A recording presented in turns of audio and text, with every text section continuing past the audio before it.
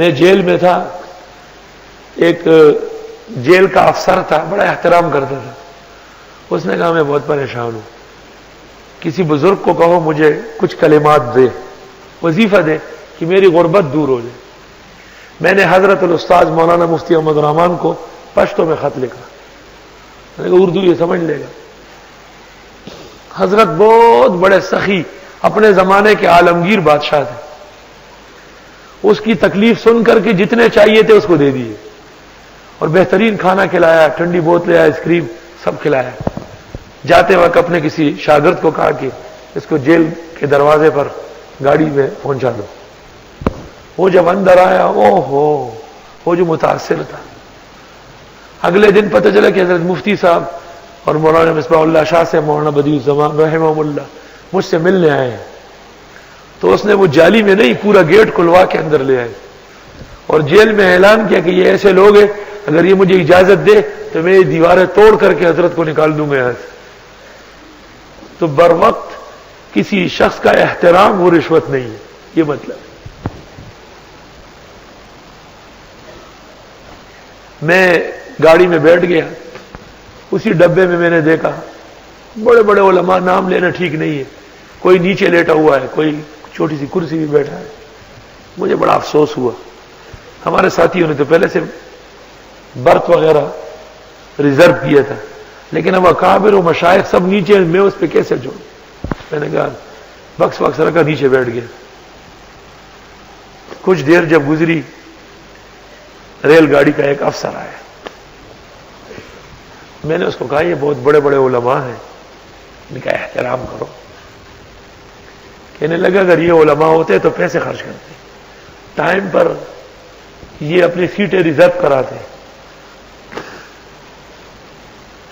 میں نے کہا کہ آپ مسلمان افسر ہیں اور یہ ایک اپنی جگہ علم کا آفتاب و ماہتاب ہے، نیچے بیٹھے ہوئے ہیں.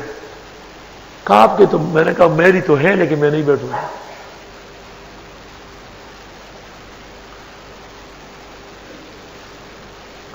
کچھ دیر بعد میں نے جا کے ان کا رجسٹر دیکھا، اس میں اور جگہوں میں برت تھے، ایک دو ادھر ایک دو ادھر اس طرح.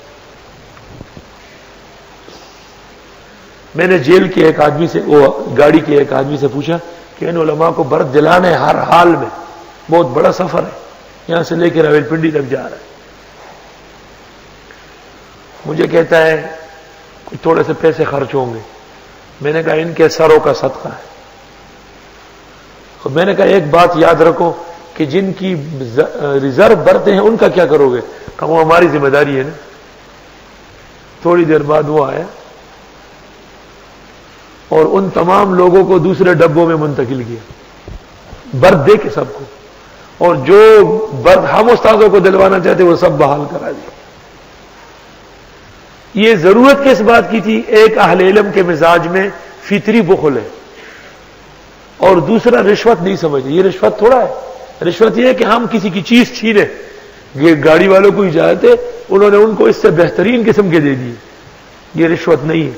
آپ ہر چیز کو رشوت سمجھتے ہیں.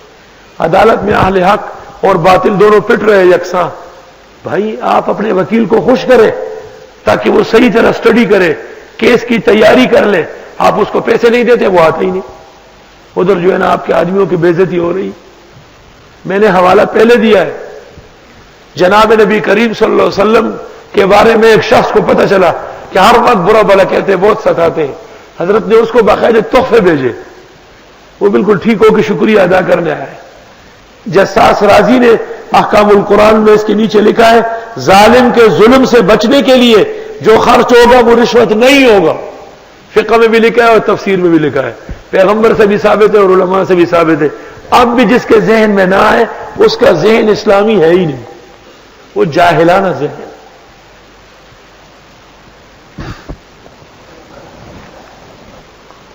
وَلَا تَأْكُلُوا أَمْوَالَكُمْ بَيْنَكُمْ بِالْبَاطِلِ، وہ نہ کھاؤ مال ایک دوسرے کا ناحق. وَتُدْلُوا بِهَا إِلَى الْحُكَّامِ، اور پہنچاتے ہو تم یہ مال حاکموں کو رشوت کے طور پر.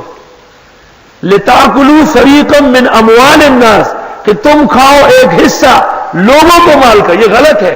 اپنا حصہ لینے کے لیے دے سکتے ہیں بالاسم گناہ کر کے، وانتم تعلمون، اور تم جانتے ہو. دنیا عجیب و غریب ہے.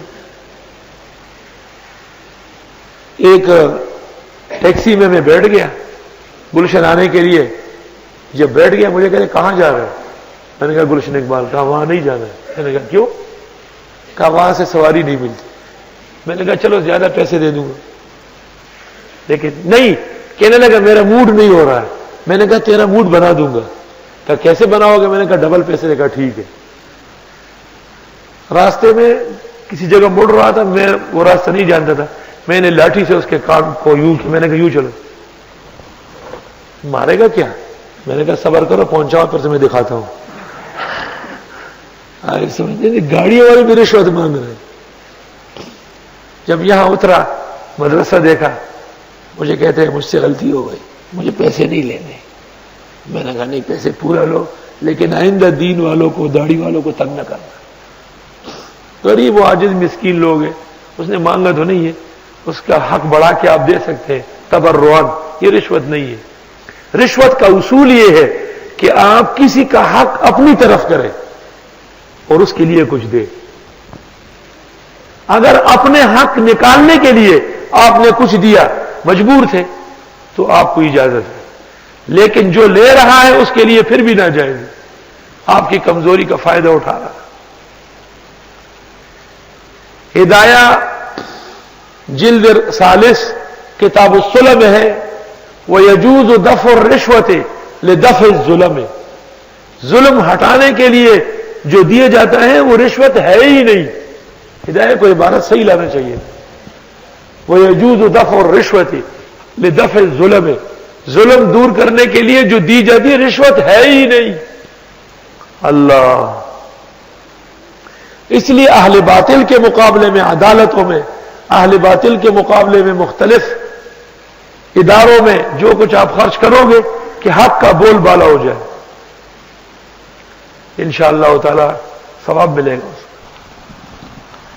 اور وہ لاش فرعون کی اب بھی مصر کے عجائب گھر میں ہے. چند سال پہلے اس کی ریڑھ کی ہڈی میں کیڑا ہو گیا تھا، تو اس کو لے کے گئے تھے جرمنی علاج کے لیے. اور یہ قرآن کا معجزہ ہے کہ قرآن نے کہا ہم آپ کا دھڑ بچاتے ہیں تو بچا ہوا ہے. بعض مورخین نے لکھا ہے، وہ اسرائیلی روایت ہے، کہ جب موسیٰ علیہ السلام کا ذکر شروع ہو جاتا ہے تو ہڈیوں پر سیاہی پھیل جاتی ہے.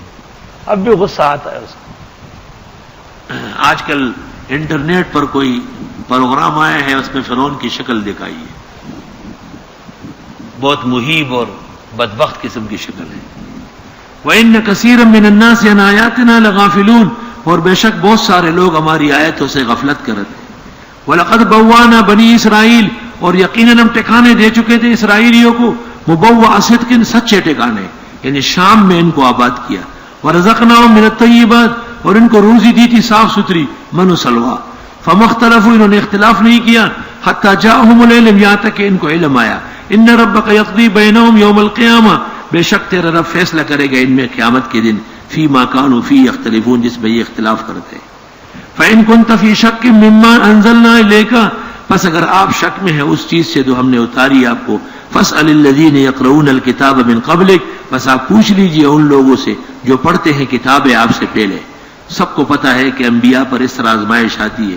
یہ خطاب نبی کو ہے لیکن تسلی امت کو ہے. تفسیر قرطبی میں ہے خطاب للنبی و تعلیم للامہ. لقد جاءک الحق من ربک. یقیناً آ چکا ہے آپ کو حق رب سے. فلا تکونن من الممترین. بس آپ مت بنے شک کرنے والوں میں سے.